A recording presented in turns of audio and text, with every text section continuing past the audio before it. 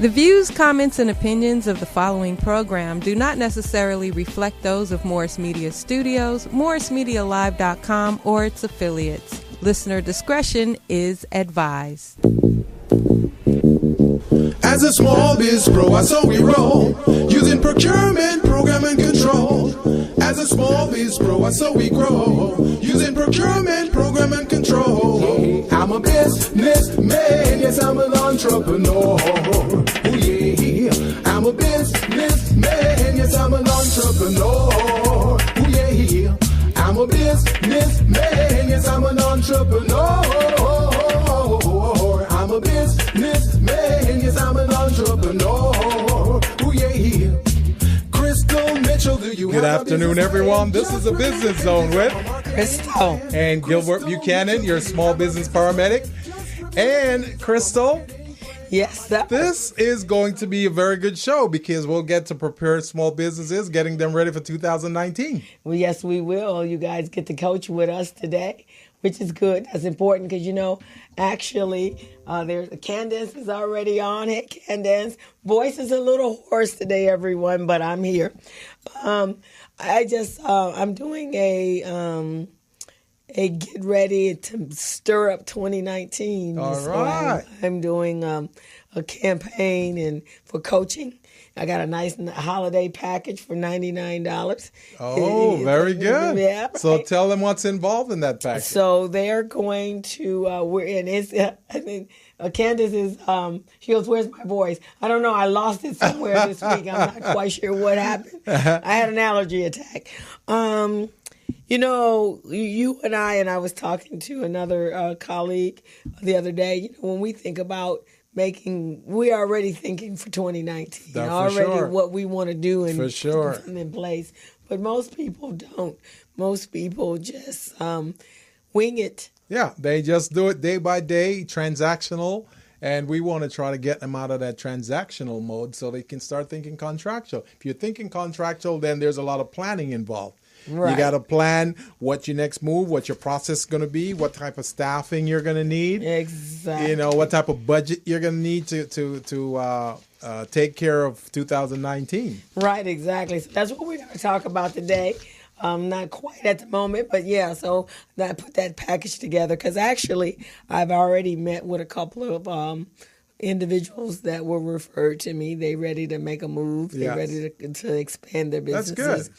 So I thought, well, you know what? That might be something a couple of people might be interested I'm very in. happy to hear that there are small businesses there that are making plans for 2019 and they want to start advancing their business. So that's good. Yeah. That's good. That's good to hear.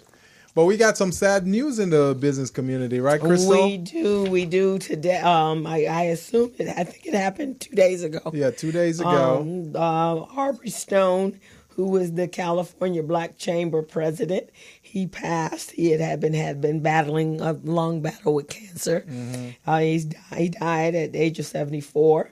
He fought tirelessly to secure an economic opportunity for African Americans from a chamber side. Mm-hmm. So he will be missed. We've lost Marva recently, and those individuals, without us understanding it, they were in their prime. They were in their prime, but they also did a whole lot for the Black community. Yes. And so it's kind of sad to see them go because I hope, that there's some legacies to pick up where they left off. Yes. So I don't know who that person's going to be. Right. I know with Marva, Joe Razan stepped in, and that was amazing. He's doing a good job. Well, you know what I'm thinking, Crystal, and, most of us out there in the community, when we lose a fallen leader, when we lose a leader because of whatever reason, we all should step up to the plate and try to fill in and be that supporting arm. So we don't want to wait for another leader to come by. We can step up and we can emerge leaders as well. So it would be nice, if we can take on that mantle.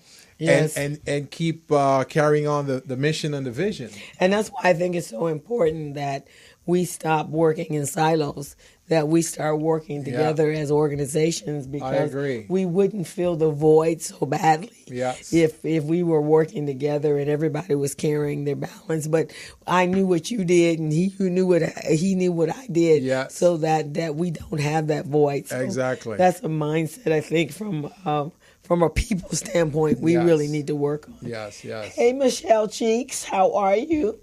Michelle, have you retired? I saw you at lunch today. It looks like you were in a retirement mode. Hi, Michelle. You know Michelle from Southern California. Oh, yeah. Hey, that's my girl. Hey, Michelle, how are you? So she's retiring. No. Yeah, so I don't know if that's already taking place, because I saw her on Facebook today having lunch. And it's in the middle of the day. Oh, no, Michelle, you can't leave us yet. We still need you.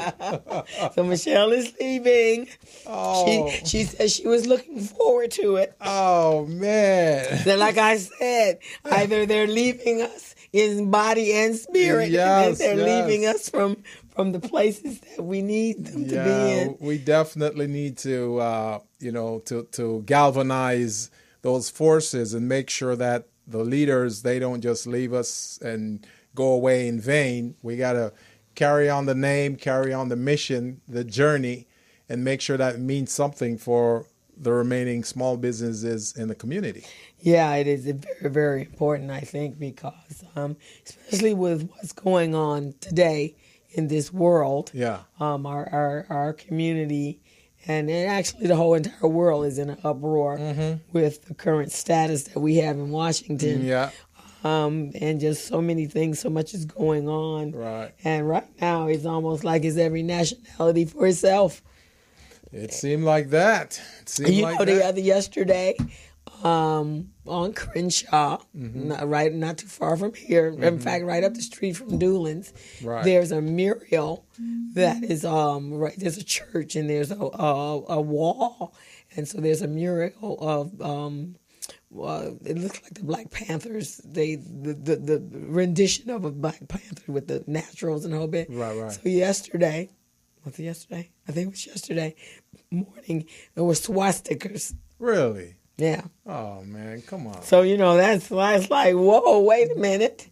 What the heck? So we're living in some very precarious times. Yeah, that is just... You saw what happened. And now I'm gonna have to say I'm probably the with the tin foil and the antenna, because this to me has to be the conspiracy theory. So here's my issue with the border wall the other day. Now those individuals have been walking for 2,000 miles. Yeah. That's almost 600 and something hours on walking, right? Yeah. With babies and so forth. Right. But they could get to the wall and run. I can barely get home from the gym, and I only ran for 20 minutes when Dawn is working me out in the morning. Yeah. Not 2,000 miles. Right. So I don't know. And then all of a sudden the border wall is back part of the news cycle. Yeah. So I don't know. These are I'm sorry. My critical thinking skills just say, no, that doesn't work. It's right. Because that's just no way. It's all about strategies for some of these folks. They go out there and they try to strategically do things to make it seem like it's a part of a process or the sky is falling, and if this doesn't happen, then there'll be no solution. That's really what that's all about, but we know better. But it's kind of sad. Think about it, though, Gilbert. Yeah. If that is all it requires is for somebody to tell you in this day and age. Now, years ago, maybe. Yeah. But in this day and age, when you have so much technology at your fingertips, that somebody can tell you the sky is falling. Yeah. And you go, really? And then believe it. Then you go, yeah, right. You're going to go and check it out, right? Yeah. So, I don't know. It's very interesting. Unbelievable, man. Unbelievable. Candace says, I love the quick response to fixing the wall. They did not want the kids to see it. Yeah. So it's just like, And it's kind of sad because in our community, that's the same way as well. It's the same way. Right. You tell them something transpired years and years ago, or a challenge or an obstacle that they encountered, and that kind of sets the stage for them for years after, and they're still operating in that mode. It's like they don't know how to move forward. And that's why it's going to take consultants like you and I to step into those communities and help out. We got to try to get them to see things differently, look through different lenses, and really understand the concept of what's going on. I mean, what's going on in the Crenshaw corridor right now, folks need to know what's going on. They need to be knowledgeable of it. I mean, many of those small businesses on the corridor, they've been there for over 20, 30 years, but they never own the building or the facility in which they operate. Right. You see what I mean? So now this force comes in and is trying to tell them you got to get out or, right, or what's going to happen. And they have no choice. They got to go because they don't own that real estate. They don't own that real estate. And I think there's a number of people out there right now. It's taking place back east a lot because I just shared it with my brother-in-law. The investors are coming together who are going out and buying blocks. So like in New York and in D.C., in the Baltimore area. So you can pick up those things for next to nothing now, all those townhouses and row houses. So there's a young group they're called Buy the Block. And that's what they're doing now is buy the block. So they're pooling resources together to go up to buy a whole block of row houses there. I think in Detroit. I think there's also going on in New Orleans. So, really working. It's about our young people now anyway. So are they making that available to the residents in those areas so they can buy back those facilities? Well, I think that's the goal is to keep, if you're going to minimize gentrification, then you have to be able to be at the table. Right. You got to be able to buy what's out there, right? And a lot of people hear the term gentrification, and they think that it's something that doesn't have to do with them. Believe me, it has to do with all of us at some point or another. So we got to be ready for it. We got to be prepared, and we know it's coming. So we don't want to look at it like, okay, this is the enemy that's going to wipe us out. Try to work with it and make it work for you. Right, exactly. But the importance of it is to have ownership. Yes. So that's what I'm talking about. Right. You have to have ownership because that gives you a say. Yeah. And if you don't, you're not in a position to buy, then you do like we're doing. You work with organizations. Yeah. So at least I have knowledge of what's going on because I make the time to go to meetings and then and I do it both for Recycling Black Dollars. Right. But in addition to that, I do it for the Business Zone because of the information that we're disseminating. So we got to get involved. We got to get connected. We got to, find that area that is most important to you. Yes, we definitely need to do that. Yeah, so wherever your expertise lie, and then because in all areas we're needed. We're failing in all areas. Right. It does not make sense, small businesses and residents in the community. It does not make sense for you to say, this is not my problem. Just remember this. All problems become your problem at one point or another. All problems. And in fact, it's so funny you said that. So, there were two. There's the young lady, Mia. I don't remember what state she was running for, but she was Mia Love. Mia Love from Utah. Utah. Yeah. So now, she was all pro-Republican, and now she's calling Trump out because he wasn't supporting her. Yeah. So it wasn't about the party. That's right. That's right. So, and then there's a guy I just read yesterday that is upset. From where? Where is he from? I can't remember. He was running for a Senate, and now he realizes, as a Republican, I don't know what state, but now he's seeing the racism that's there. That's what I'm saying. Whenever you see inequity, whenever you see racism, discrimination, or anything like that, even if it's not affecting you directly now, you want to do or say something about it, because eventually it's going to get around to you. Yeah, the blinders are going to come off. Oh, and you're yeah. going to like, wait a minute. Oh, yeah. Yeah, because, and that's the interesting thing, because some of our people are falling into this. You can't not like my race and pick and choose people that you like in it. That's right. If you've chosen people in my race that all of a sudden you're embracing, it's not because you love them, because That's you right. don't love the race. That's right. Right? And another thing I want to put out there is, whenever people have certain tendencies, just remember the tendencies are not just about you, particularly as an individual.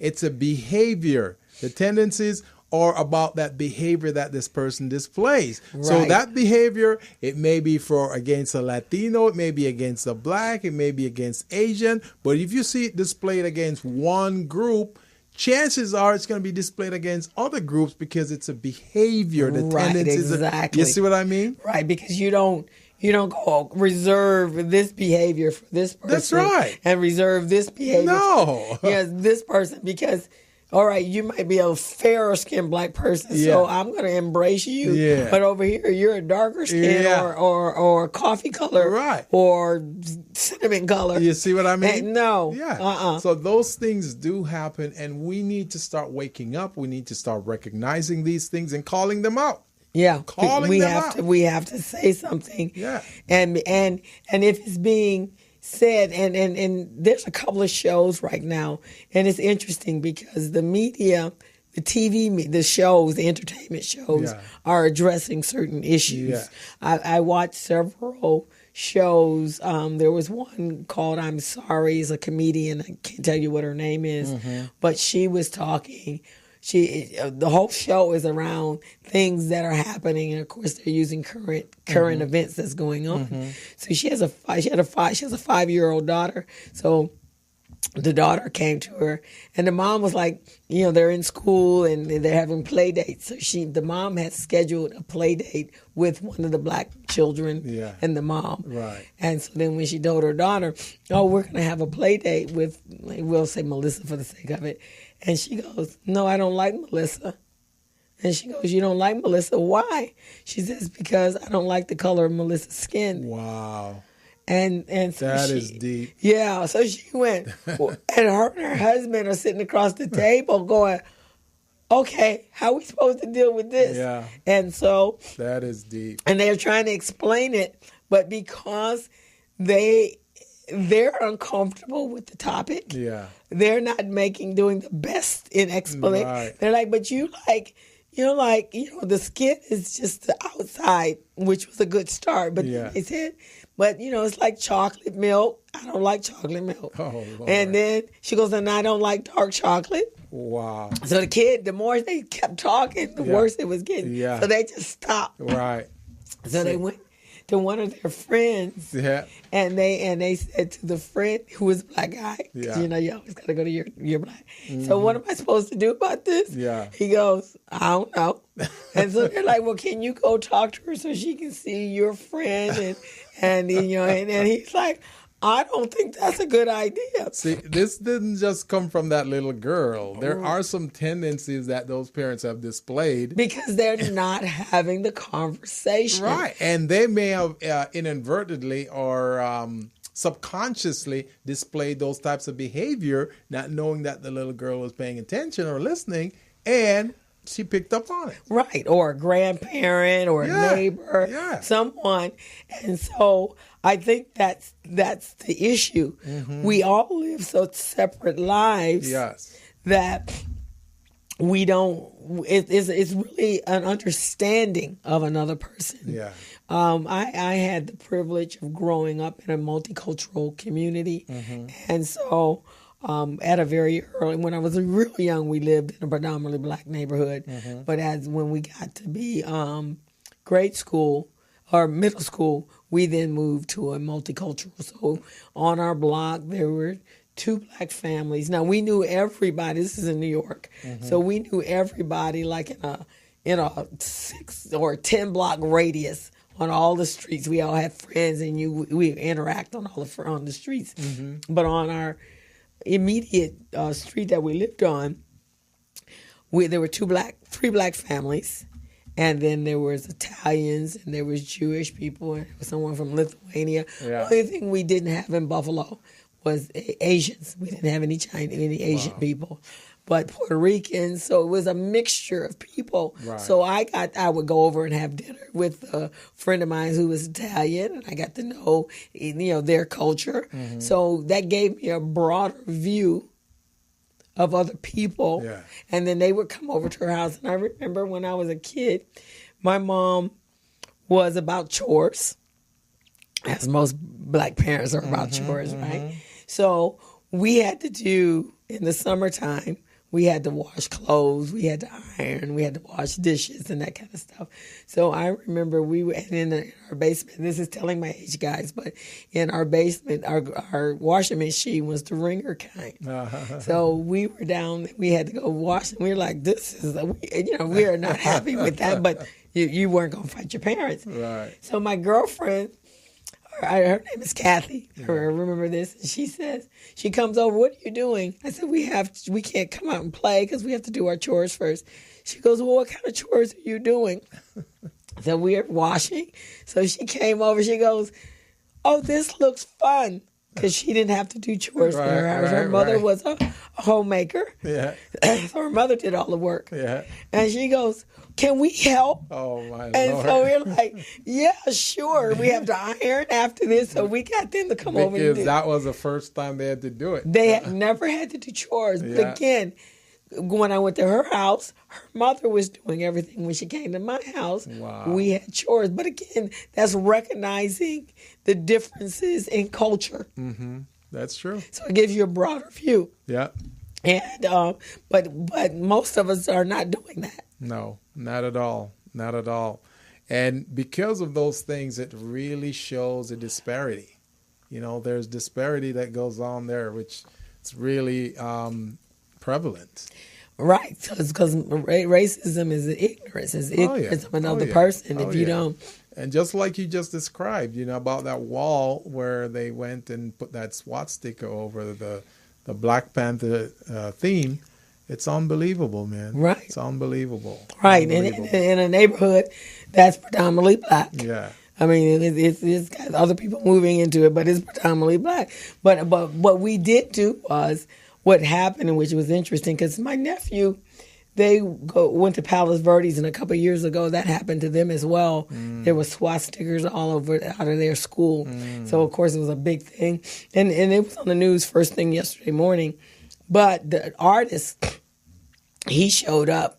And because they were more concerned about graffiti, when he painted that mural, he made sure he used a special kind of coating so that they could just wipe it off. Okay. And so he went and fixed it like immediately. Okay, that's very good. Very good. Now Marquise Dawson, the councilman, they're looking for the culprits. Right. Well, hopefully they have some cameras posted so they can see some stuff, because now many communities are posting those cameras on the streets. Yeah, we have. I don't know if there's any, but I know most of our homes have cameras, and some of them are, and there's a church right there. Right. So hopefully they have it. But it's just interesting. We're just living in very, very interesting times right now. So if you're just tuning in, you're listening to the Business Zone with Crystal and Gilbert Buchanan, your small business paramedic. And today we're talking about how, as a small business, you want to get ready for 2019. We also are talking about gentrification and how it affects our community, and what we really need to do in order to bolster ourselves so that we can not be negatively impacted by gentrification. When there's a storm, you want to get yourself set up so you can roll with the storm and not get hurt or injured. The same thing with gentrification. You want to roll with this. You want to understand what gentrification is all about, how you can benefit from it, and what opportunities you can gain out of the gentrification. So those are some of the things we're talking about today. Our phone number here is 323-293-3375. That's 323-293-3375. My co-host Crystal, she's got a cold today, so her voice is barely evident. It's better than yesterday. I had no voice yesterday. So I'm going to help her a little bit as we go along here so she can preserve her voice. So we're at the bottom of the hour right now. We're going to go ahead and take a break, and you're on the Business Zone. All right. We'll see you in a minute. And Donna. Hello, meet Larry. Larry is a general contractor. Larry is very good at his craft, but Larry has a very tough time managing his paperwork because he is busy taking care of his clients' needs. Larry just cannot find his important business documents when needed. Larry is also being passed over for bid opportunities from prime contractors because he is perceived as not ready. He doesn't know where his business license, certifications, insurance, and other key corporate documents are located most of the time. Lucy owns an auto body and collision repair shop and has been using a business management and procurement assistance program called Small Biz Pro to keep her business organized, business ready, contract ready, and bank loan ready. Small Biz Pro is a 3-in-1 cloud-based business management, procurement, and market research assistance system designed to help businesses become business ready, contract ready, and bank loan ready. It also provides back-office operation solutions for small businesses. Lucy is able to stay ahead of her competitors because she uses Small Biz Pro to manage her business daily. Lucy just clicks on Small Biz Pro from her tablet, mobile phone, laptop, or any internet-accessible device for data retrieval, and she's got it.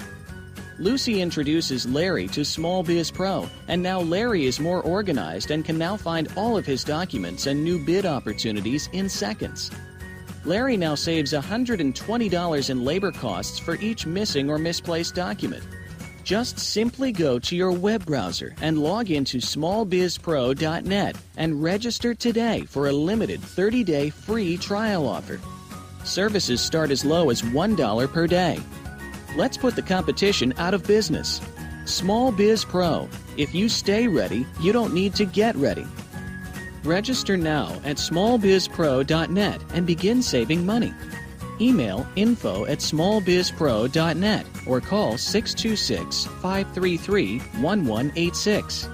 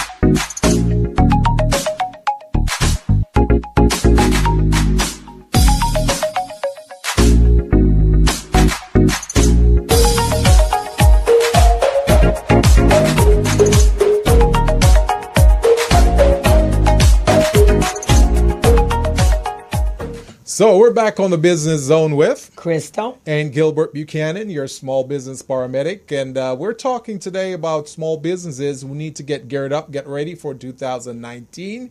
And we're trying to leverage and provide some information, some insights on what small businesses can do in order to step up their game. No longer do we want you to be transactional business, do transactional business, but we'd rather if you pursue some contractual business where you can sustain your business a little longer. And with that, Crystal, we just come across this information that minority entrepreneurs own 8 million or 29% of the nation's nearly 27.6 million businesses. And that's as of 2012. Now that number went up by 5.8 million for the general number, because prior to that it was 21.4, I guess. But the key thing about this is they're saying that according to the census, minorities they're having these businesses, they're starting businesses, and you can see the rise and an increase in minority startups, but they're not getting the support that they need, Crystal, from the SBA, from banks, from economic development agencies. So as a result of that, the startup, they start in a year, and in 3 years, they're gone. Right, and most of our businesses are service-based businesses. So if we think about it, because as a service-based business, it doesn't require a lot of startup money. That's right. You can actually start up a startup business with less than $1,000. Yes. But the problem that happens is that we don't grow them, and we don't have. A lot of it's by default, right? Because you can't find a job, or you're just tired of being mistreated while you're working for someone, or you're not making ends meet, and so everybody has a skill or a talent or something. Right. So at that point, they go into business, right?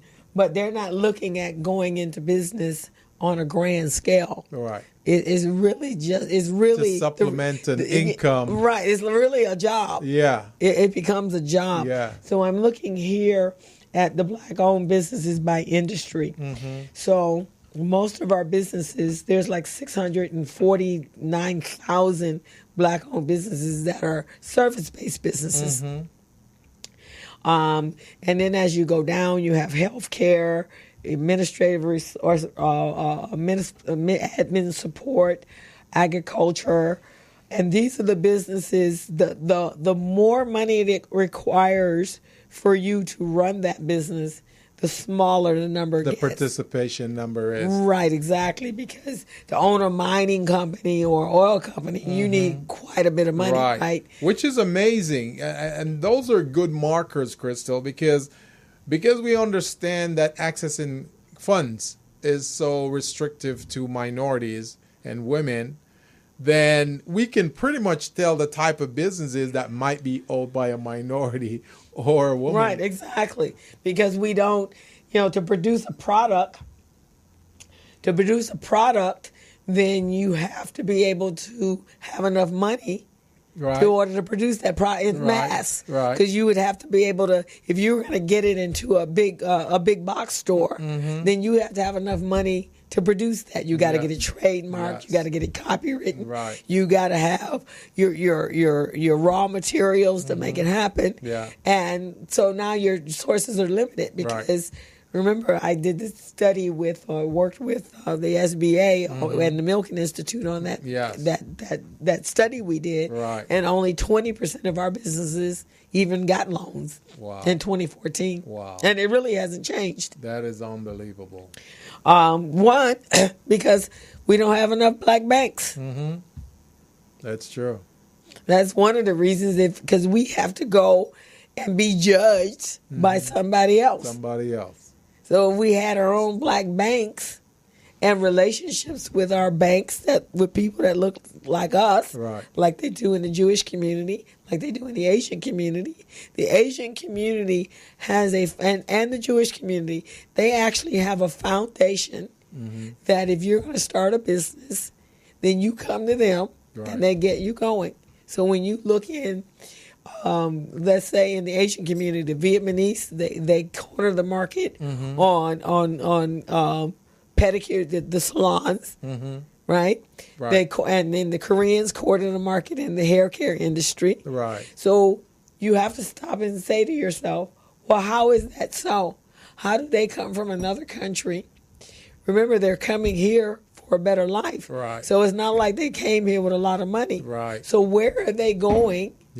To get loans, and they participate in those types of business ventures, and they dominate. They dominate. They dominate. So I'm looking at here at the power of business ownership, and this is what we want to get across to you, Yes. to our audience, is Yes. that it's more than about you.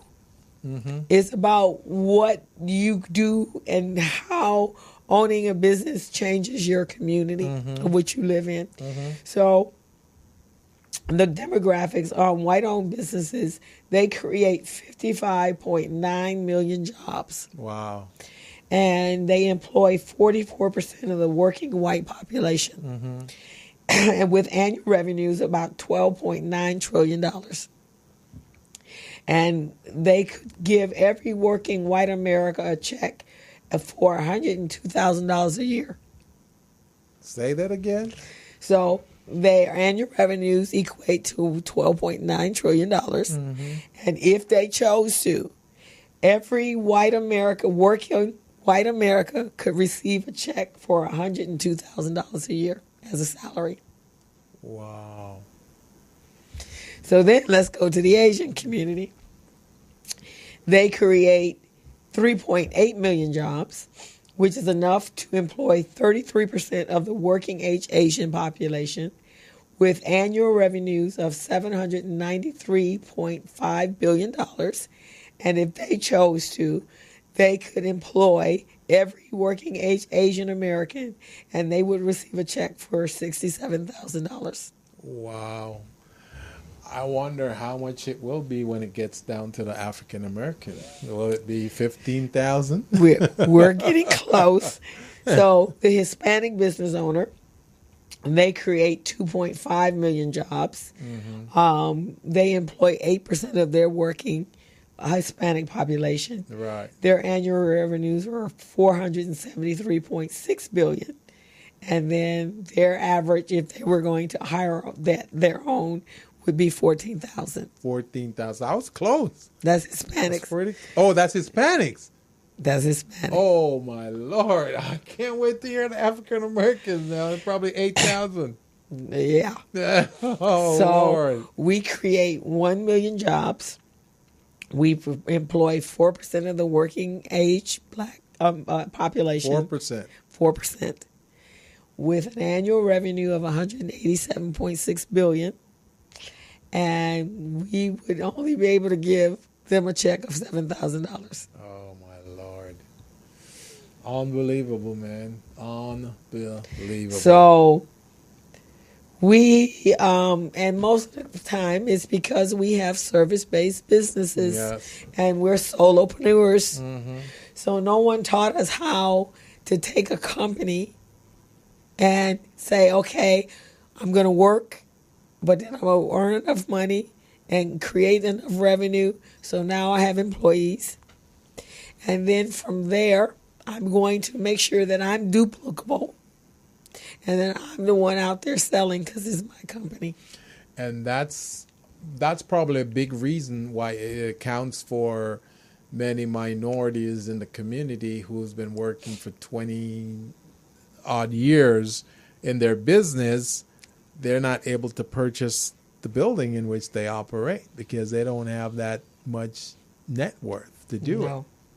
So it's a little bit more than just the fact that they don't have the credit. Some of them actually, to be honest, and I've asked quite a few people, especially with what has gone on in the Crenshaw district. Some of them did not, because, for us and we had this conversation when we were doing the town hall meetings with Milken Institute. Yeah. Our community have been told no so many times. Yeah. That the rejection is something that you can't handle anymore. And so they never go, and then they don't want to put themselves on Front Street, so to speak, right? Because they feel like they're going to get told no. Right. So if they came to you and said, hey, Gilbert, look, this is what I want to do. I've been in this building for the last 5 years. And can you help me create a strategy so that in 10 years I'm doing X, Y, and Z? How many times have you been asked that?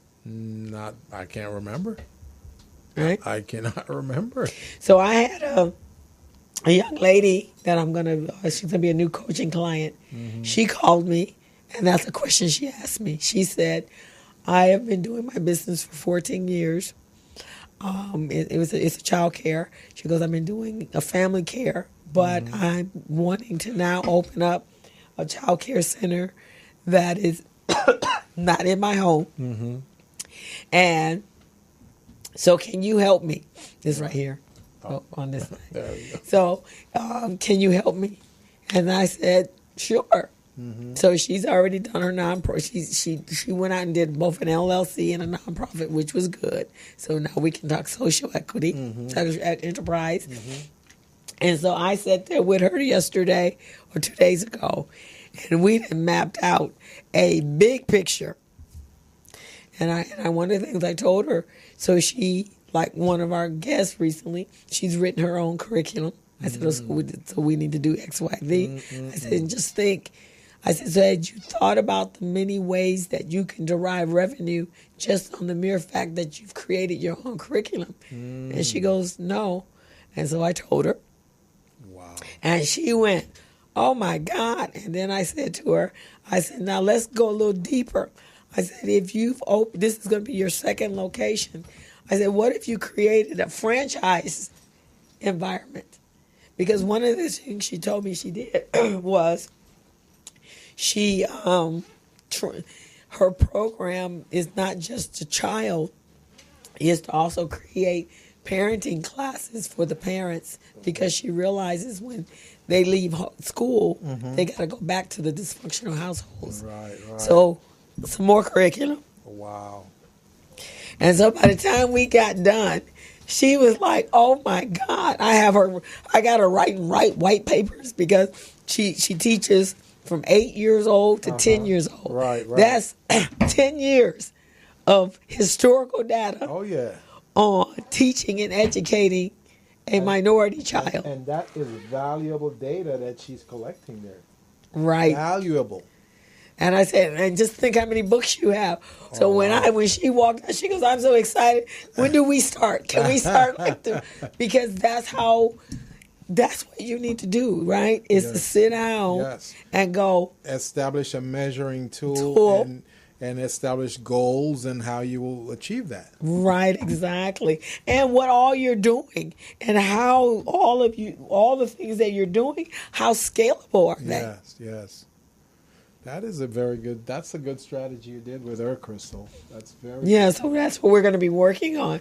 But I think more people need to reach out to those of us that do coaching and say, hey, this is where I am. Yeah. I've been here for X amount of years. I know I can do more. And hold me accountable. Yeah. But I don't know how to get there. Right. I don't know how to, because you see, when you work for someone, guys, they already have a strategic plan. All you're doing is helping them implement their strategic plans. So when you're there and you're like, oh, they've come out with a new product, that's because 4 or 5 years prior or 2 years prior, they were in the back strategizing, and you're just executing. Right. That is true. That's what I observed when I was working for corporate America. How about you? Oh, it's the same thing. I mean, they've got their strategy. They've got like 5-10 year look ahead strategies. So and they have a system set up. You know, it's just like you have a machine, and the machine is programmed to produce a certain number of widgets in a certain time frame. And if within that time frame you don't see those numbers of widgets being produced, then you know something is wrong, either with the configuration of the machine, or something is wrong with what the formula is that you put in. So then you got to do a stop and do a quality check on that. That's what many of these organizations do. They have that system set up, and if over a certain milestone they're not achieving what they should have achieved, then they do a stop and check type scenario. Right, exactly. And so, you know, a lot of the companies, and I worked in financial planning, before I got before I became an entrepreneur. Right. And I stayed with one company for a long period of time. Right. So I watched the development. I watched how the company kept evolving and kept growing, and their revenue stream kept growing, because I always worked in the financial part of it. Right. And I'm like, wow. So I was learning in that process. Yeah. Okay, this is what you need to do. You cannot, and that's unfortunate. So when you look at those businesses, they're stagnant. Yeah. Right? Yeah. Because when that number you gave us, how many you think percentage-wise are certified? I would doubt that 10% of those businesses are certified. We're talking 8 million businesses. 8 million. So I would doubt that 10% of those, which would be 80,000, are certified. I doubt it. Now, we know right now, based on what we're seeing and what we're hearing about the number of certification, there's not 80,000 certifications out there. No, they're not even 30,000. Right, exactly.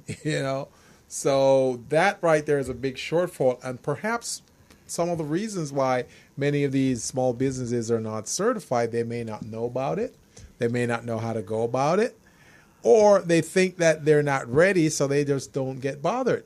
Yeah, I think it's quite a few of those. I remember when I first met you. That's how I first met you. Yes. So I went to an Edison. Yes. That Sharon Evans was doing. Yes. And you guys were talking about certain. There was a whole panel of you, right? Oh, yes. And I'm sitting there with my little calculator, because I'm like, what are you talking about? And I think I asked Sharon, why? I don't understand. Yeah. And that's when she told me it was either they didn't have their financials, they weren't legally structured as businesses, right? And they don't have their paperwork in order. They don't have their paperwork, and they were overwhelmed by the lack of. I think she was saying overwhelmed by the process. Yeah. I don't think it's the process. Right. I think they're overwhelmed about what they don't know. Yes, that's what it is.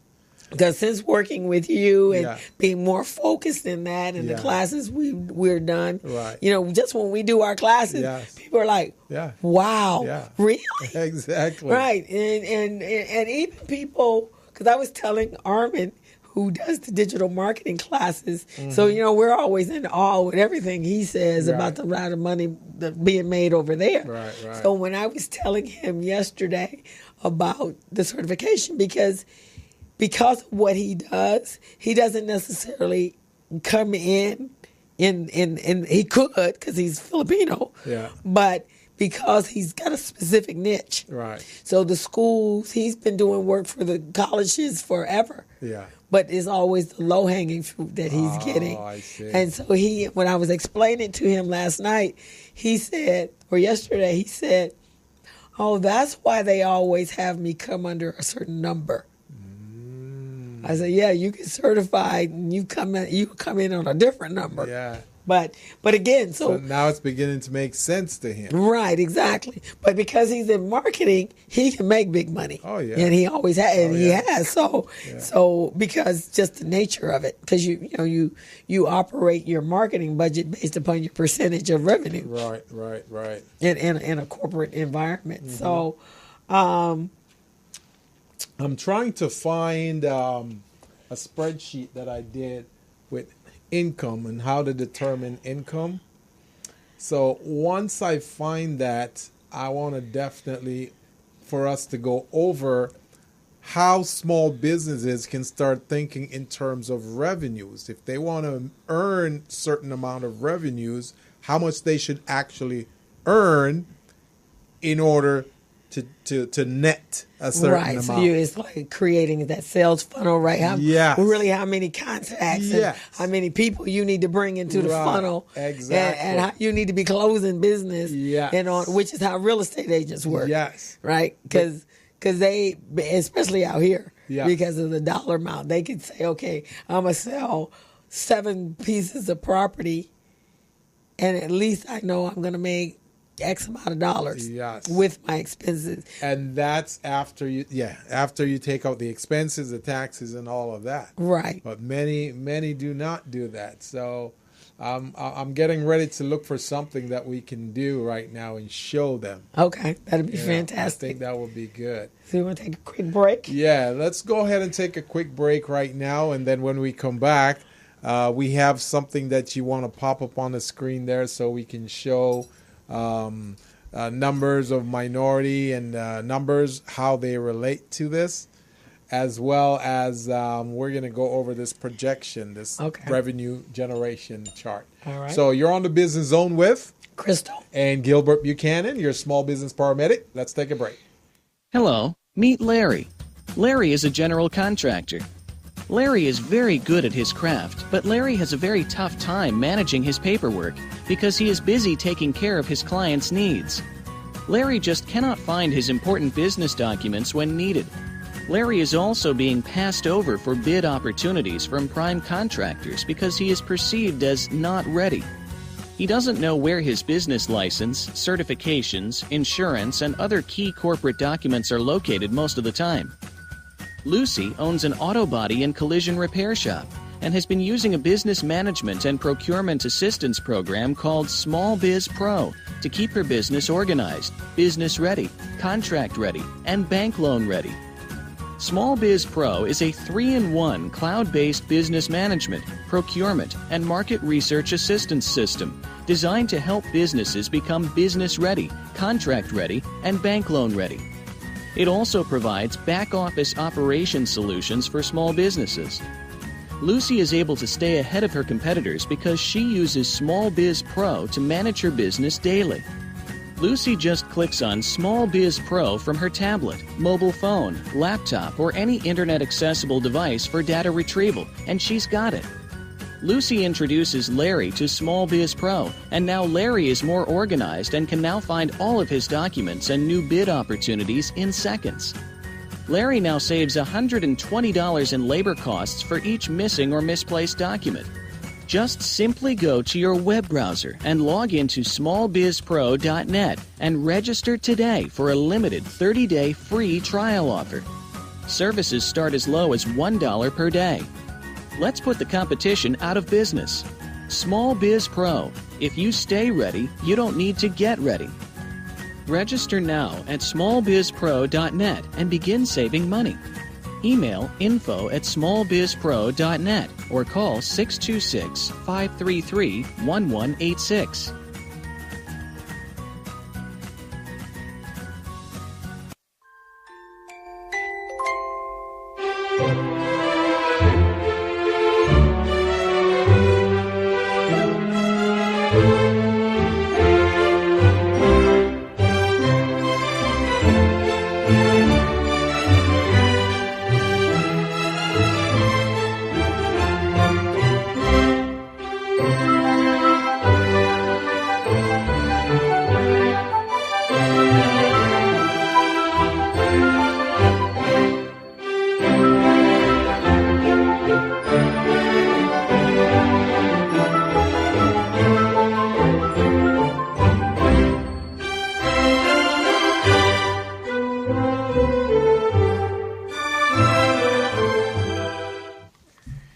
So we're back on the Business Zone with Crystal and Gilbert Buchanan, your small business paramedic. And today we're talking about how small businesses, minorities, and women-owned businesses can get ready for 2019. Now, we know we got to close out 2018, and we want to do that very well. We want to do it in style.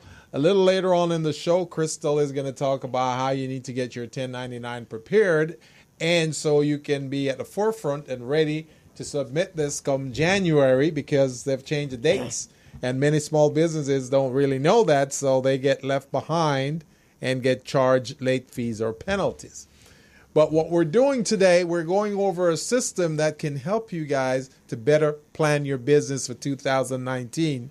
And Crystal just came up with a scenario here, which I think can really help you guys. So, Crystal, you want to share that? Yeah, we're going to talk about, so one of the things that I've been doing for my business, I've kind of established or thought out what I want to do in 2019, and the different entities that I want to address. So I think I've mentioned it to a couple of people. I've been taking some training classes on enhancing my public speaking skills so that I can start going out to speak and do misters of ceremonies and that kind of stuff. In addition, on my vision board is to get a book written.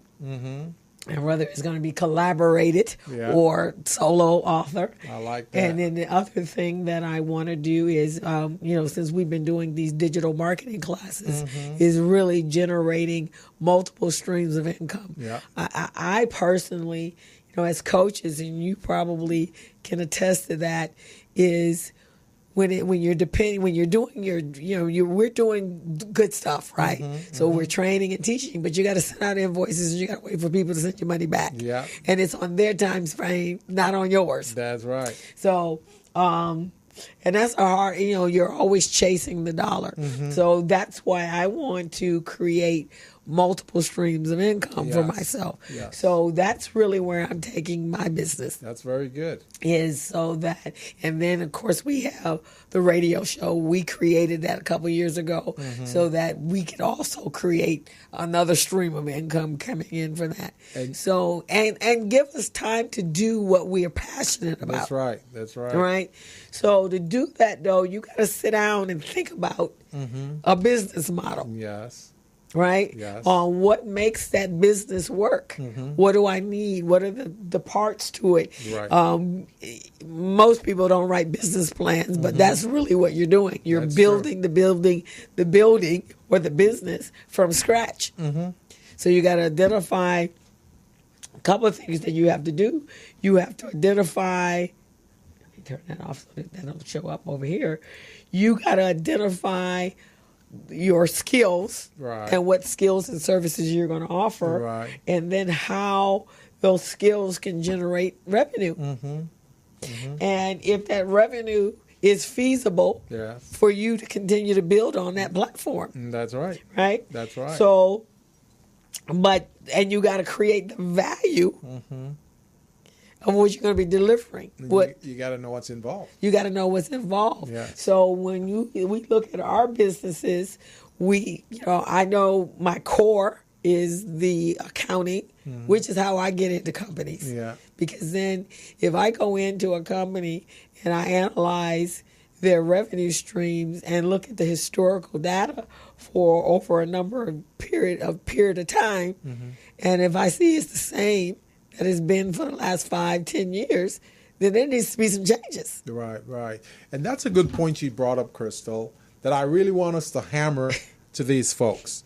So Crystal just said that she provides a variety of services, but what she does in order to make sure that she's not losing money anywhere, she's generating money, or she can increase that, generate more money next year, is to look at your core. Look at your core competencies. What are you good at?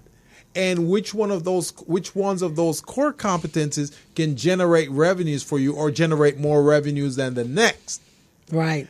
So then once you identify those core competencies, then those are the ones that you really want to focus on marketing and promoting or trying to increase. Yes. So as small businesses, we need to identify, for example, because many of you might wonder, what is he talking about? What kind of core is he talking about? So let's say in my space, for example, I do supply diversity, business management, and consulting. I also do training. I teach workshops. I get a large portion of my revenues from that. I do certifications also. I get a large portion of my revenues from that.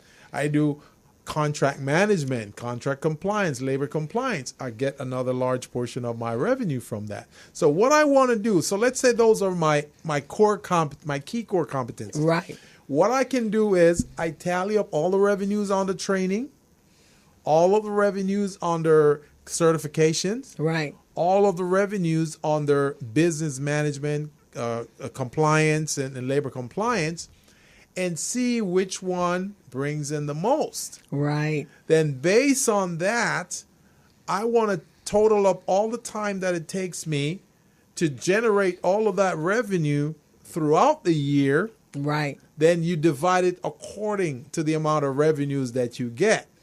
And then it tells you what percentage you need to spend on each one of those. That's pretty much what you're saying, right? Exactly what you're saying. Whereas most businesses don't do that, right? No, they don't. They just hammer at all of them and not know the one that's generating, because that's the one you really want to spend most of your time doing. Exactly. Because the other ones are going to cost you. Yes. It's going to cost your business. Yes. And it's going to cost a deficiency in the areas that you are generating the most revenue, right? Right. Because you're trying to spread yourself too thin. Yes. And I think once a small business is working on their infrastructure, those are key things they need to plug into their infrastructure. Right. To say, okay, I've got 3 areas of core competencies. Which one is generating me the most money? If one is generating you 65%, and you've got 3 core competencies, that means there are 2 core competencies that total 35%. Right. You want to find out, okay, which of those 2 is producing 15, 20, or 30, or even 5%. Then now you know which is your key generator. That's going to be the one at the 65%. How much time does it take you to get that 65%? Exactly. And in today's world, so unlike business, say 20 years ago, so let's say what we're doing now with the training. So there's physical, we have to physically be somewhere. Yeah.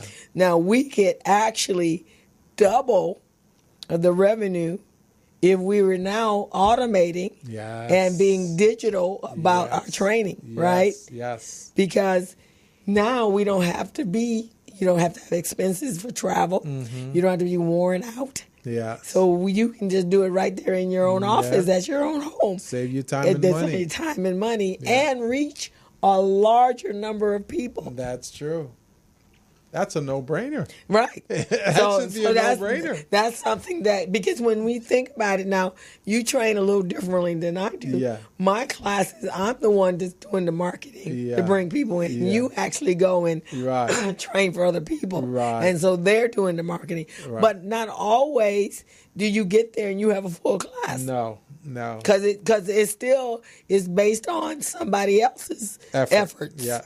Yes. Right? So, and even though we can train with 2 people, it's better when it's a full class. That's right. Right? That's right. So, and in my case, I have to look at, if I don't have at least 10 people in a class, it's not worth me making the effort. Right. If I broke down my hourly fee. Yeah. For the number of hours I'm going to be there for 5 people. Yeah. So you're always having to, even though once you develop those core competencies, you still got to go back and look at them based upon everything else, the bigger picture. Because there's always an easier way to do something. Right. And I like what you say about doing it remotely, because, I really need to start doing a lot more of these training and workshops remotely. Yes. Because not only can we reach a wider audience, but, it can generate a lot more revenue, saves us a lot of time and effort. You don't have to do the travel costs involved. And you know me, I hate flying. I hate flying with a passion.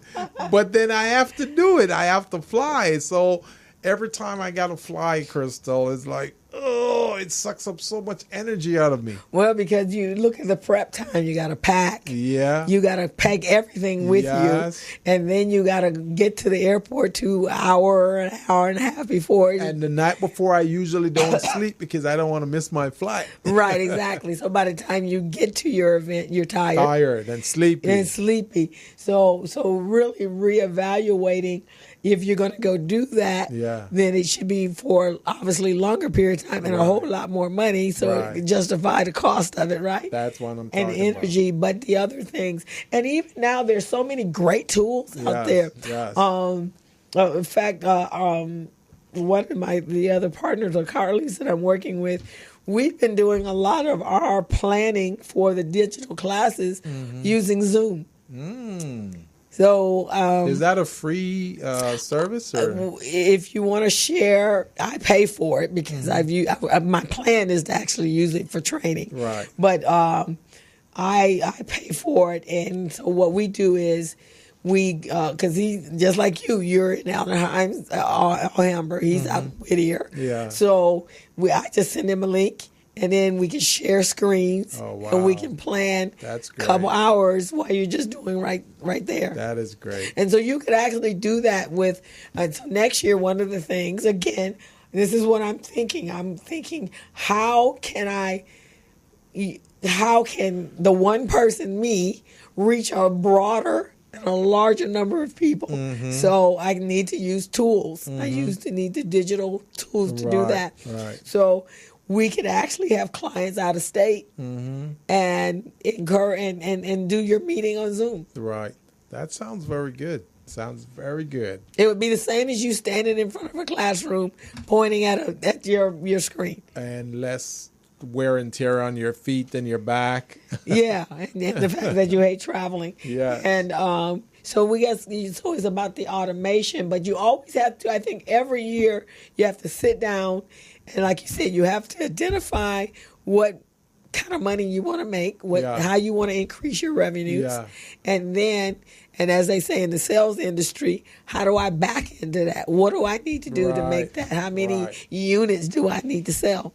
And a good way of doing that also, Crystal, is to establish a business model like you're getting ready to present to us right now. Right, exactly. So establishing that business model and knowing how it functions, how it works, and what part are key to you generating that revenue. Right, exactly. So, Ron, I sent you a link over, and if you go to on that link, if you get to about I think it's 1:06.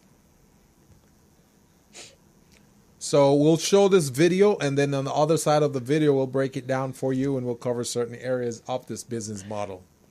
Take a look. Right.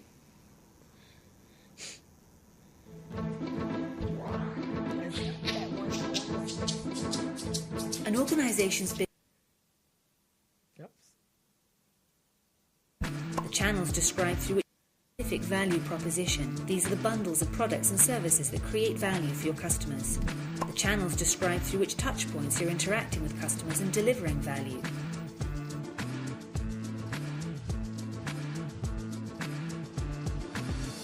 The customer relationships outline the type of relationship you're establishing with your customers. The revenue streams make clear how and through which pricing mechanisms your business model is capturing value.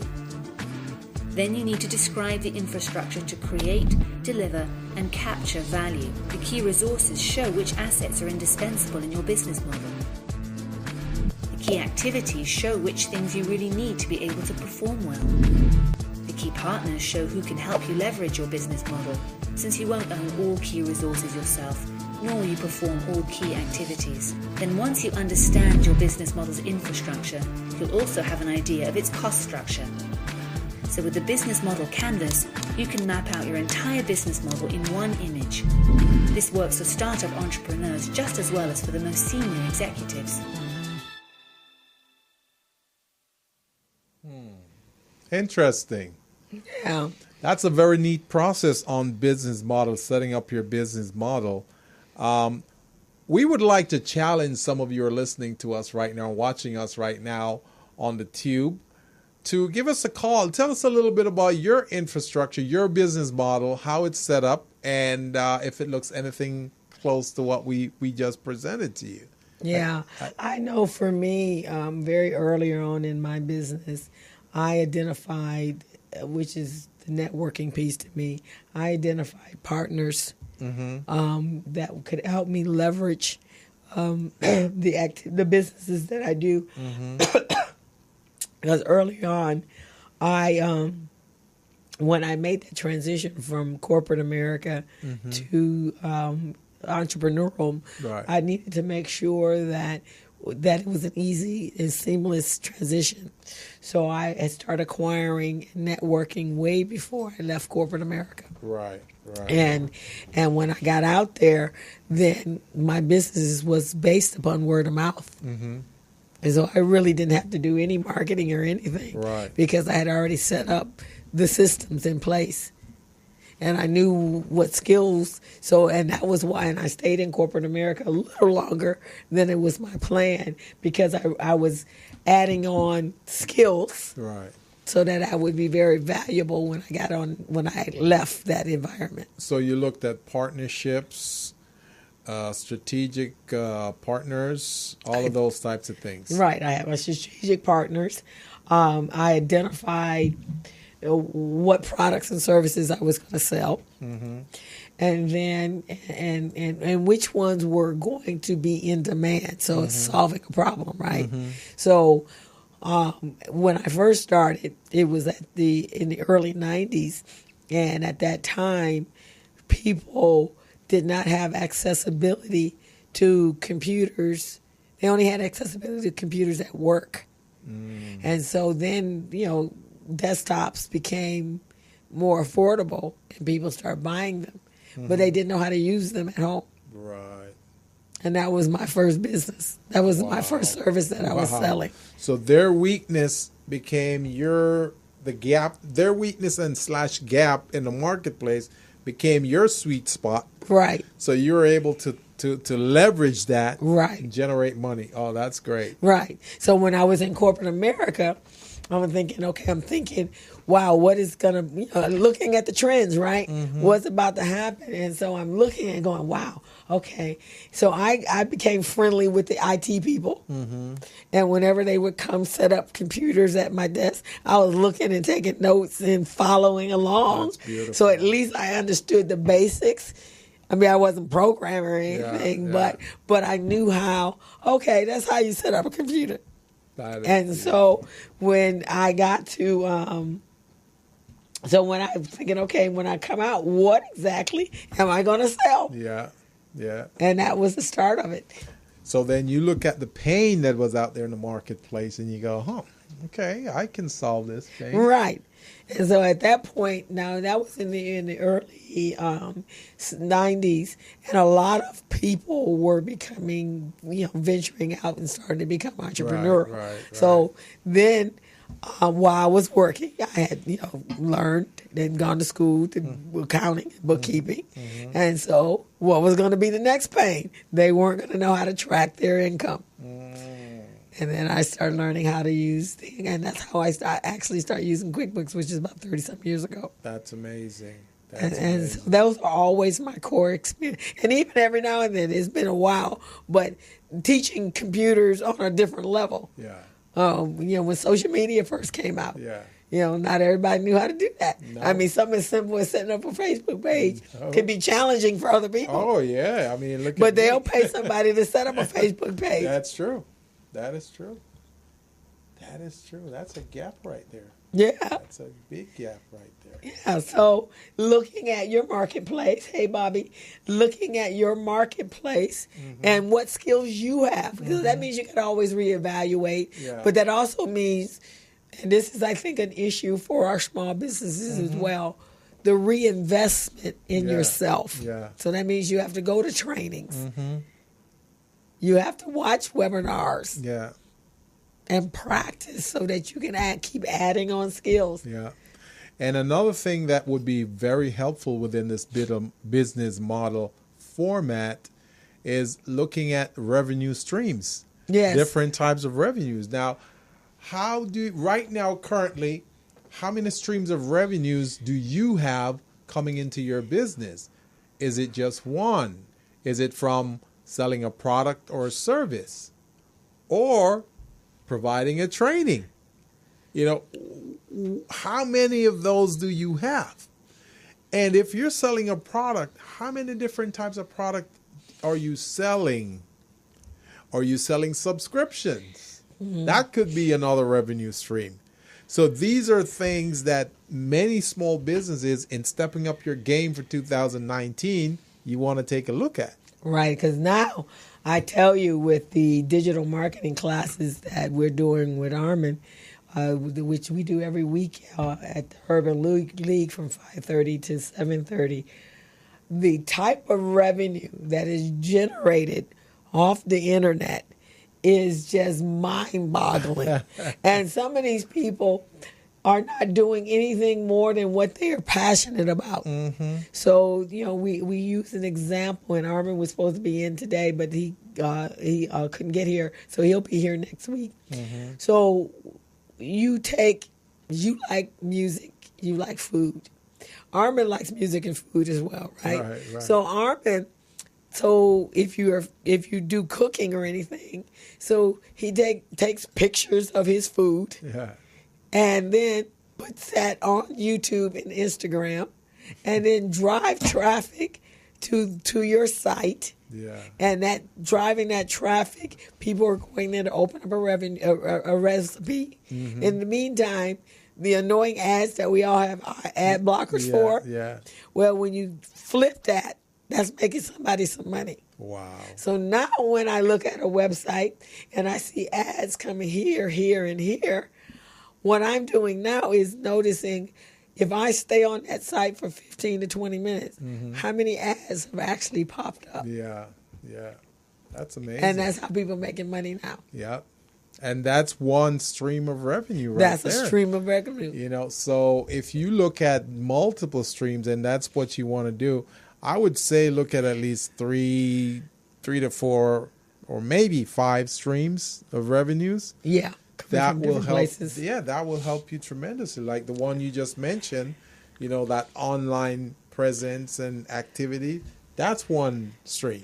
And that's a stream. Once you put the work in and the time in to driving the traffic, to building up your traffic base, right? Which is the same thing as building up your customer base. For sure. Right? For sure. So you got to have a marketing strategy to do that. And many times that we operate our business, we have different types of customers. Yes. So I may have male and female customers. I may not market the same way to each one of them. No. You don't market the same way to a female customer as you would to a male because they just have different needs and wants. Yes. So for me to, for example, if I'm trying to market to a guy, maybe I'll do a football scenario or, a soccer scenario or a tennis or whatever. But let's say I'm trying to market to a woman. It's going to be totally different. I'm not going to do the football thing. No. I'm not going to do the sports thing. I'm going to catch her in her own environment where she likes to thrive. It's going to be, romantic, eventful, none of those other catch things. her eye. Yeah. Now, here's what I found with marketing to men and women.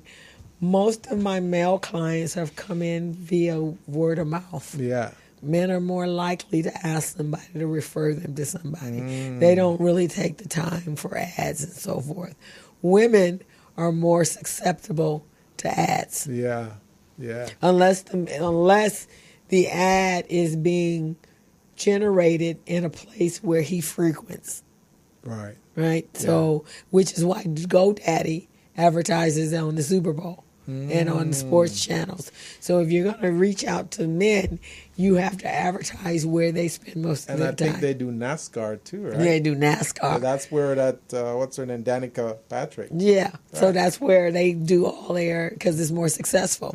Because you're going to be subliminally in between the football, you're going to be looking at the ads for the ad, and that they also businessmen are over there. Right, it's a little sexist, but it is what it is, right? Yeah. Whereas women, so let me ask you, and I know you're not on Facebook all the time, but would you be more likely to respond to an ad on television, or would you more likely to respond to it on Facebook? I think it would be Facebook because I think it's a little bit more personal. It may have more information, more background information on the product or service that I'm looking to pursue. And that's important to me. Okay. Because if I can break down a product and I can see what's in it, how it works, how it functions, the background behind that also, that's great. Right, exactly. Yeah, that's great. So I think based upon that, and you're probably, and the internet is a good spot because technology-wise or technically-wise, a lot of men are there. Yeah. So even for Small Biz Pro, you really should start running, set a budget. And on Facebook, you can do very professional ads. And Instagram. Oh, yeah. You can do some real professional looking ads and they do. Facebook makes a lot of money on advertisements. If you look at this right here, this is a Yahoo commercial advertisement. Right. So when people are there, this is a banner and the ads are popping up on that side. And so they filter through. So you really should think about spending money there. And the other one is Instagram. When you do Instagram, and that's kind of a new one, but for that millennial, it's really good. Now, Dawn, she knows Instagram like the back of your hand. She knows how to. So her ad, and when we do another commercial, we're going to see her ad because she just. So here, if I'm showing it to you, so these there's a lot of ads. Chick-fil-A, right smack dab in the middle of all the pictures. Yes. That's good. And so it's like that. So it works. So Dawn's ads. So let me show you Dawn's page. So she really works, and that's reaching that millennial. But it's really pictures. But then you got meals. Yeah. And so her Zumba class. So it stands out. Yes. Because you got pictures, and then you got an ad. That's cool. That's really cool. Yeah, so you need you have pictures of your of Small Biz Pro. Then that's where you need to start building your. I'm gonna do that. I'm gonna tap into that because I want to practice what I'm preaching. Right. So I want to do that. That looks very exciting. Because as you grow that Instagram and you grow that environment, then you're driving more people to it. And you can do spot on videos here. You can do live videos just like Facebook Live. I hear you. So now, when going through this approach, what is this? This is Instagram that you... Yeah, that's Instagram. So you just open up an Instagram account. Now, Instagram is an interesting, because it's all pictures. Yeah. So all you have to do is show yourself in different, and then you use a lot of hashtags and so forth. But like Don has 7,000 followers. So when we're talking to Armin, he's showing there are people with 7-8 million followers on Instagram. Wow. I would love to get to that stage. Yeah. So you just have to. So you want to take a break? Let's show Dawn's new commercial. She's not here, but let's show Dawn Strozier's. Do you want to show it before the commercial or after? Yeah, we can show it before the commercial. Oh, let's go ahead and watch Dawn's commercial.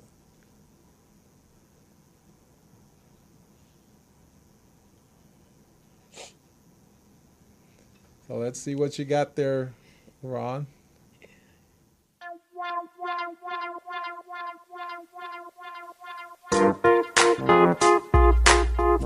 Hey, it's Dawn Strozier of DS Fitness with your Get Up and Move exercise of the week, kettlebell swing. Now, when doing a kettlebell swing, you're moving through two positions, a strong standing plank and a hip hinge position, bending at your waist. Your knees are slightly bent and your back is in a tabletop position. Now, when you're hiking the kettlebell, you want to grab it nice and strong. Rotate your shoulders back to engage your lats. Now, slightly swing the kettlebell back and drive through your hips.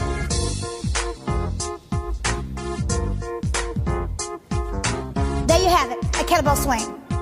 A powerful full body exercise working all of your stabilizing muscles and your hamstrings, your glutes, and your quads. Now, for more Get Up and Move exclusives, go to getuperica.com or Dawn Strozier on Instagram, Facebook, and Twitter. All right. That was a nice video there. I didn't know she has it in her. Oh, yeah, like that's her new product. All right. She's doing the Get Up and Move in the morning with Erica Campbell every morning, and then she's getting ready to launch her whole line of fitness videos. That's very good. Yeah, that girl has been over here busy. Yes, She's been producing. Well, Dawn, just remember to send me my cut on 20%. We can take a quick break. Yes, we're going to go ahead and take a quick break, and we'll come right back. You're on the Business Zone with Crystal and Gilbert Buchanan. Take a break. Hello, meet Larry. Larry is a general contractor. Larry is very good at his craft, but Larry has a very tough time managing his paperwork because he is busy taking care of his clients' needs. Larry just cannot find his important business documents when needed. Larry is also being passed over for bid opportunities from prime contractors because he is perceived as not ready. He doesn't know where his business license, certifications, insurance, and other key corporate documents are located most of the time. Lucy owns an auto body and collision repair shop and has been using a business management and procurement assistance program called Small Biz Pro to keep her business organized, business ready, contract ready, and bank loan ready. Small Biz Pro is a 3-in-1 cloud-based business management, procurement, and market research assistance system designed to help businesses become business ready, contract ready, and bank loan ready. It also provides back-office operation solutions for small businesses. Lucy is able to stay ahead of her competitors because she uses Small Biz Pro to manage her business daily.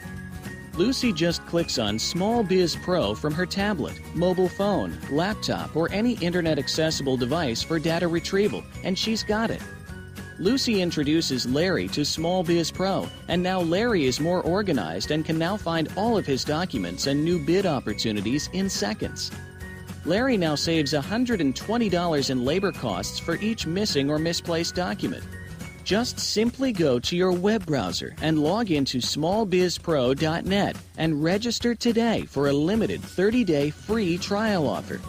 Services start as low as $1 per day. Let's put the competition out of business. Small Biz Pro. If you stay ready, you don't need to get ready.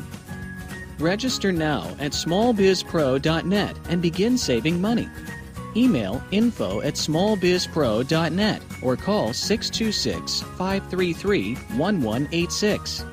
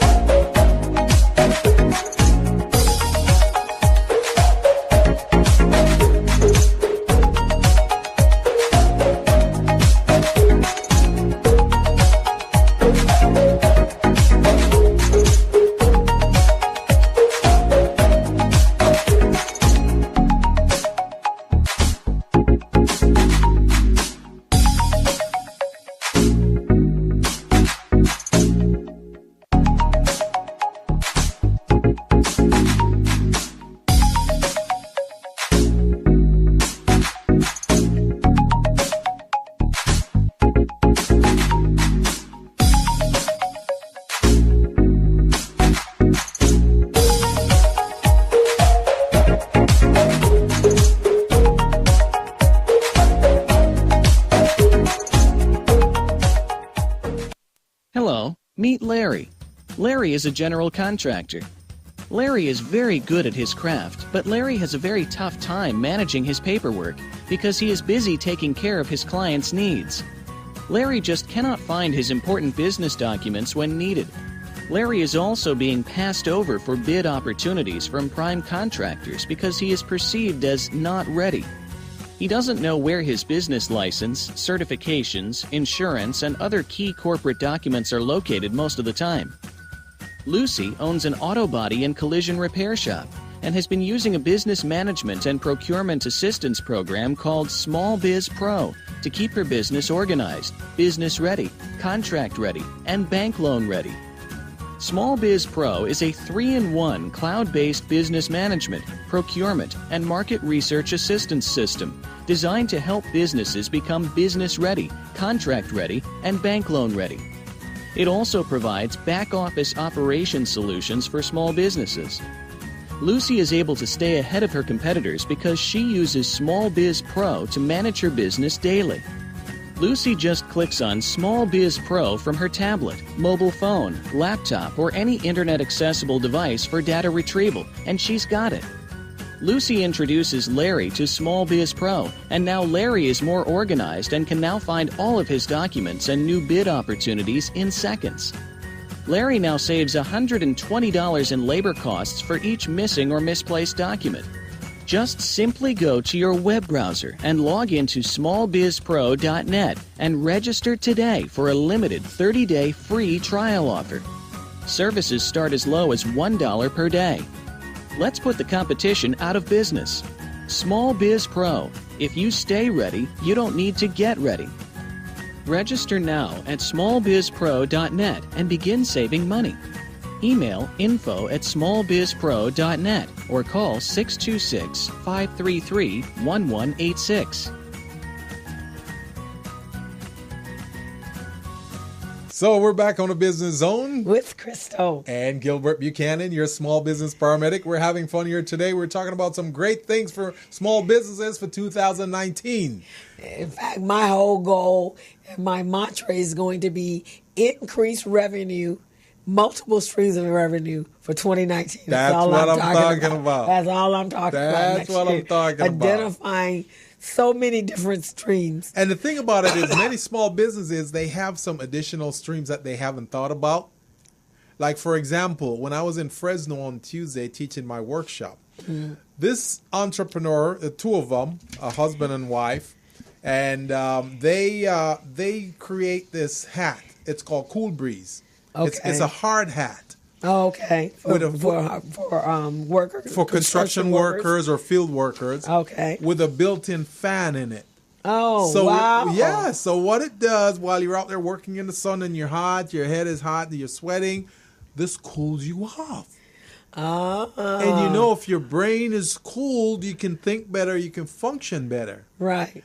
So this is something, they have a patent on it. They've been out there. I've seen them on CNBC. Oh, really? Okay. Yeah, on Make Me a Millionaire. Oh, okay. They were on that. Oh, with a profit. Is that the guy? Not the Prophet. It's another, not some other investors. Okay. Oh, okay. So they were on that. Didn't know it was them. I saw them in the class. I said, "Hey, I know you guys." You know. But anyway, so they were thinking of just selling the hard hat, and that's their primary revenue stream. So I said, "Have you guys thought about doing training on heat strokes or sunstroke when workers are out there working without a hard hat, not properly hydrated or anything? A lot of them get heat stroke. So if you can train them on the dangers of heat stroke and how you can manage heat stroke, and then using the hard hat as an outlet, so now you're generating revenues on the training for heat stroke, and you're also generating revenues on selling those hats."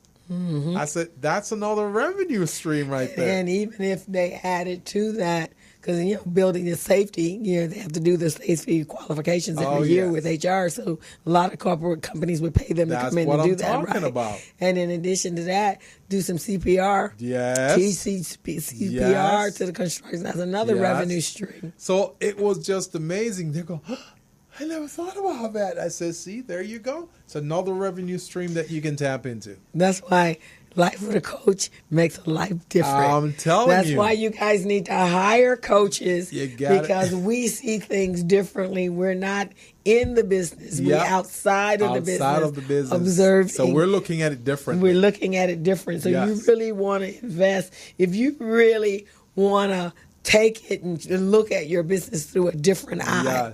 A coach is who you need, or more a coach than a consultant. Definitely. Because that's what we do. Oh, yes. Right? Oh, yes. That's what we do. So what look we at do. That could have changed next year. Yes. If they go get the training and do that, they can increase. And look at the effortlessness. That's what I'm looking at. That's what I'm talking about. The less hard work. Yes. And the easier you go in, pay me whatever. That's exactly what I'm talking. And that's why I'm taking your own advice. And next year, with regard to the electronic online training, I want to start doing that. And we should really, and we can do some stuff together. Because that way we can collaborate together, and then that's how we really build a bigger marketplace. And if we're reaching that number of people there by putting them on Facebook or Instagram, right? Exactly. We do one boost, and you get what 10,000 people. Yeah, right. Exactly. Oh man, that's the sky's the limit. Right? Oh yeah, it is. Because then you set it up and they pay you. They pay you before you even start teaching. Exactly. You don't have to wait for no checks to come. Exactly. That's what I'm talking about. Before you even open your mouth. The most beautiful thing you can ever see in entrepreneur. The most beautiful thing is opening your email and you see that email that says paid, invoice paid. Paid, right, exactly. And you didn't have to chase it. You had to call somebody's accounting department. Before you can register, yes, you got to have paid. That's what I'm talking about. That's what I'm looking for. That's stress-free. That's stress-free training. So that's our goal for 2019. Now, you only have 30 days left. 31 days left to finish 2018. So you want to make sure you use that 31 days wisely and plan for your launch in 2019. Right. As a matter of fact, the first week of January, I'm going to be in Vegas, Crystal. Okay. I'm going to be promoting Small Biz Pro at the CES show. Oh, wonderful. Oh, yes. All right. That's big time. Oh, yes. Oh, yes, good. Definitely. That's the place where you should be. Oh, I'm telling you. So I'm going to be there. I'm working on putting together some swag bags right now. Okay. So I want to get like flash drive with, how to get this thing started and, all the. And you should talk to Armin so that you can use your mobile app. Yes. So that you can really work it in that space. So good. when your swag bags you're giving away, give it away so they can download your app. Yes. And that way you capturing because a lot of times when you're at those conferences, it's really not what you're selling there. Yeah. It's what you're doing to capture the right people that will. And when I go to conferences, not necessarily the walker people, the people that are the guests. Yes. I go to the booths. Oh, yeah. Well, that's what I'll be doing. I'll be walking around. Because those are the people that are in business like you and could use your product. Yes. And I would also suggest that you find someone there that has a CRM that you guys can partner up with. Yes. To take to your next level. That would be a good Or idea. that you're selling it as...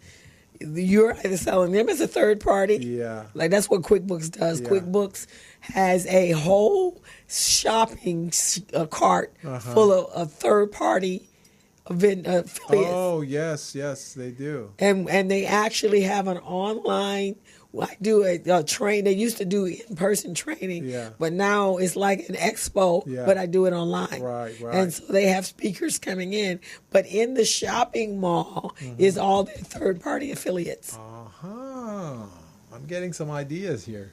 Right, so becoming a third-party affiliate, right? I'm getting some ideas, Chris. Because now they're promoting you as well as you promoting them. Oh, wow. That's that partnership on the business model. Yes. I'm all about the partnership thing. Oh, partnership works. I'm telling you, it goes a long way. Yeah, because they already know you, or you're building that relationship, so then they don't have a problem. I refer people to you all the time. Yes, you do. Yes, you do.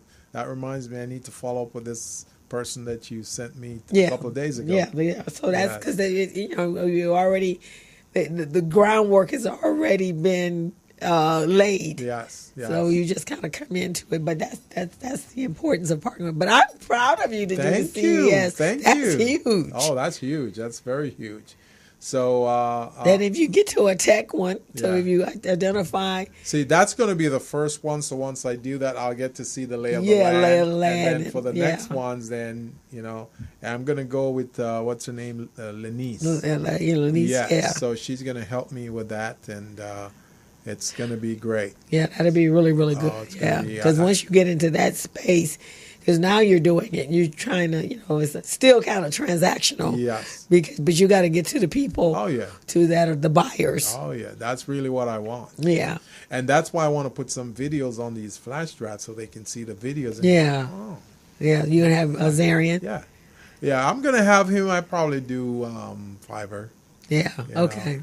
Yeah, probably have them do some videos for me and then just get it all Yeah, together. and that way you can just put it. Yeah, because it's your same video, right? Yes. Just have it duplicated. Yes. But Cool, he has cool. some video that I want him to work on too. So we're going to try to step up the game and see what we can get out of this. But yes, 2019. All righty, we're going to take it to another And level. No more waiting. No more waiting. So we're going to use the last 10 minutes. There's a whole lot of stuff going on in Los Angeles. Yes. Because it's the holiday season. Yes.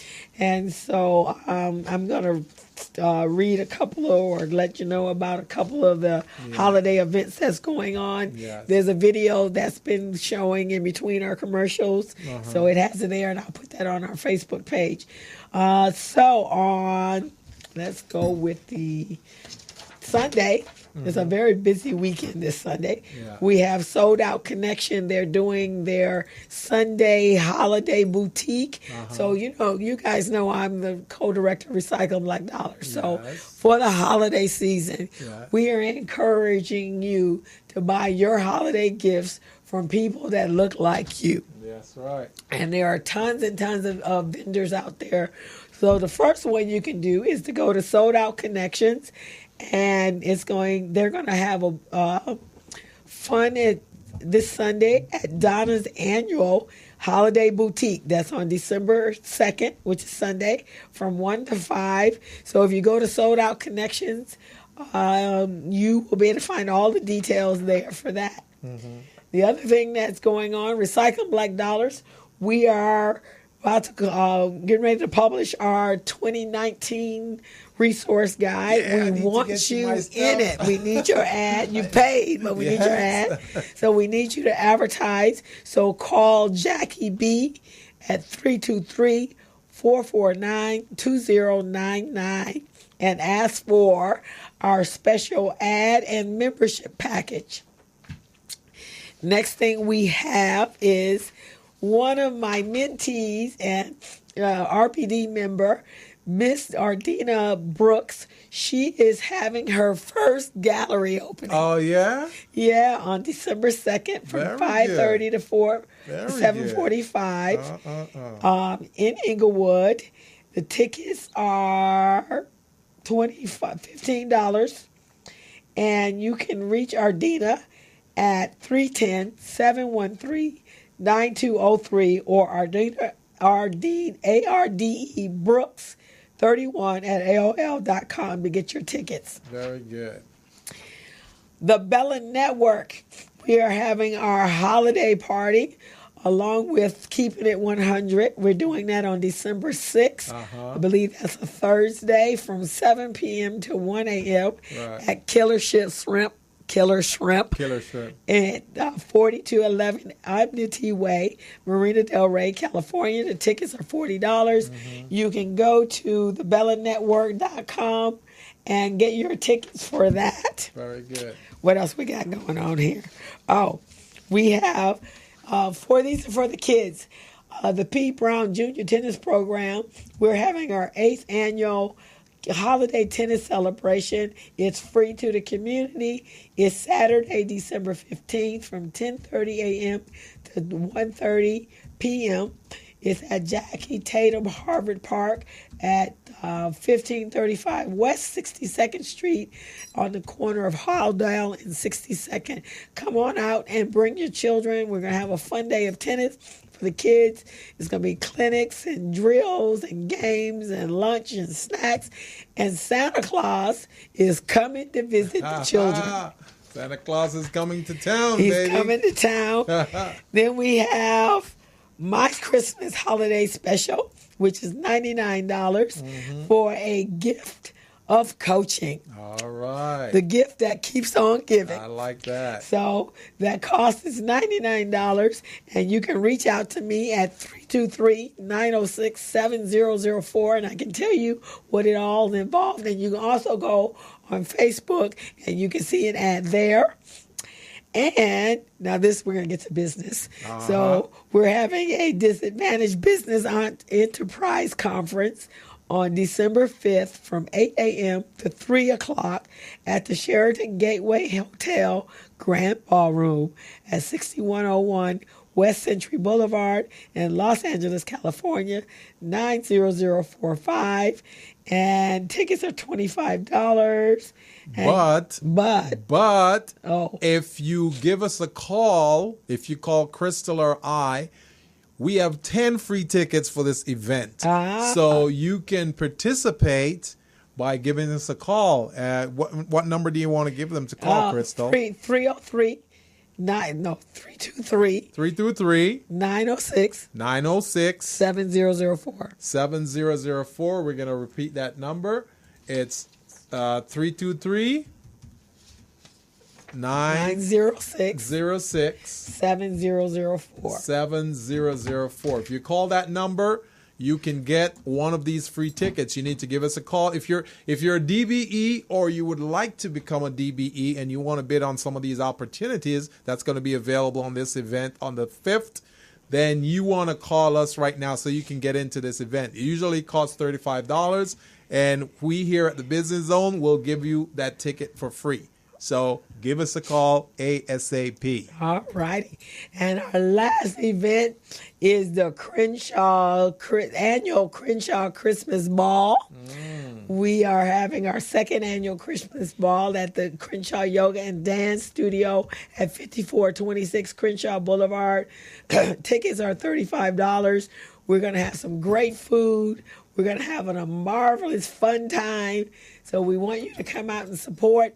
And this is for the community. So we want the entire Crenshaw District community to come out. You were there last year, right? Yes, I was there. Yes, I was. At 6 p.m. on Saturday. Yes. And I'm performing again. All righty then. At 6 o'clock. All righty at 7 o'clock. And Crystal will be there doing her burlesque dance, and she's phenomenal. Right. So we've been rehearsing. So I got 2 numbers that I'm going to do. We're going to actually do 3 numbers representing the class. That's right. So come on down and support. So you can get your tickets. You can reach out to Crenshaw Yoga and Dance on their website and be able to purchase your tickets from the website. $35 in advance, and I believe it's $45 at the door. So you guys, it's the holiday season, and there's plenty of stuff to do. A lot of stuff to do. So we want to see you at something. And I want to make a little announcement on some of the activities that I'll be participating in. Okay. So tomorrow, December 1st, Saturday, December 1st, I will be at the USC. USC is putting on a procurement overview session. They're going to teach you about upcoming procurement opportunities, and there's a class that's going to be held there, but they'll do an overview so you can meet some of the key players. And this will be put on by Kimberly Rolfe, Professor Kimberly Rolfe over at USC. And I'll be there tomorrow morning to do a presentation on Small Biz Pro to teach you guys how to access it and how to get involved. You can better manage your documents. You can gain access to procurement opportunities and also market research data. So that's going to be tomorrow morning at 10 a.m. at Fertitta Hall. That's Fertitta Hall, and that's LL Auditorium over at the USC. On December 6th, I'll be at a procurement event at for the Los Angeles Area Chamber of Commerce, and that will be at 350 South Bixel Street, Los Angeles. So come on down. There'll be a lot of opportunities. There'll be workshops, and I'll be going over capability statements, teaching you guys how to get ready on that. We'll be also gifting you some free templates and access to doing your own capability statement. So come on down. That's December 6th, and that's at the Los Angeles Area Chamber of Commerce. And that's pretty much what I have right now. I'm sure there's a lot more, but those are all I want to talk about right now. Well, we had a full day. So you guys, what we want you to do is we want you to sit down and really think about your business model canvas and what are you selling? Yes. And is it still viable? Mm-hmm. And then we want you to take a look at what other streams of income that you can develop and you can create in 2019. If you want to increase sales, that's a good way of doing it. Just look at different areas of revenues that you can bring in. Maybe you're making 200 grand right now and you're going, oh, I'd like to be at 250 or 275 by the end of 2019. Well, this is a good way to bring you up to that level, that 275 level. And, it's interesting because sometimes I talk to people that have products or services, and sometimes it's a little harder to reach and bring in that some more customers unless you're branching out in different directions, right? Exactly. But then you stop and look, and when I, like you and I, go, but you have a skill that obviously you've created a business. Yes. So you might have some information that's in your niche of industry. Exactly. And you can actually teach. Yes. I'm always telling people that they can actually go teach and train. Especially you're good at what you do. You can do some teaching. You're really right. And if you're in the construction industry, you actually can become an adjunct professor at any of the junior colleges, trade tech. That's right. So that's another stream of income. Yes. Very good. If you're an engineer, you can teach. That's correct. That is correct. So you got to think out of the box, guys. That's basically what we're telling you to do. Think outside of the box. Think outside of the box. Think with a bigger vision. Creating a vision board is like the best thing a person can do because it really gets your brain to activate. But start thinking outside of what you normally do and the way you've normally done it to say, I'm going to do something different. And let me investigate or identify some different avenues and different paths that may offer you some tremendous opportunities. And that's exactly what a business zone is about, to have you think outside of the zone. With that being said, we are going to wrap it up for today, and we will see you next Friday. You guys have a fantastic weekend. Make sure you're thinking outside the zone. And we'll see you next week. We're out. We're out. As a small biz pro, I saw we roll, using procurement, program, and control. As a small biz pro, I saw we grow, using procurement, program, and control. I'm a businessman, yes, I'm an entrepreneur. Oh yeah, I'm a businessman, yes, I'm an entrepreneur. Oh yeah, I'm a businessman, yes, I'm an entrepreneur. I'm a businessman, yes, I'm an entrepreneur. Ooh, yeah. Crystal Mitchell, do you have my business plan? Just review the pages of my marketing plan. Crystal Mitchell, do you have my business plan? Just review the pages of my marketing plan. Got my capability statement, yes, I'm ready to go. Got my balance sheet, my P&L, my statement of cash flow. I'm a businessman, yes, I'm an entrepreneur. Ooh, yeah. I'm a businessman, yes, I'm an entrepreneur. Ooh, yeah. I'm a businessman, yes, I'm an entrepreneur. I'm a businessman, yes, I'm an entrepreneur. Ooh, yeah. Crystal Mitchell, do you have my business plan? Just review the pages of my marketing plan. Crystal Mitchell, do you have my business plan?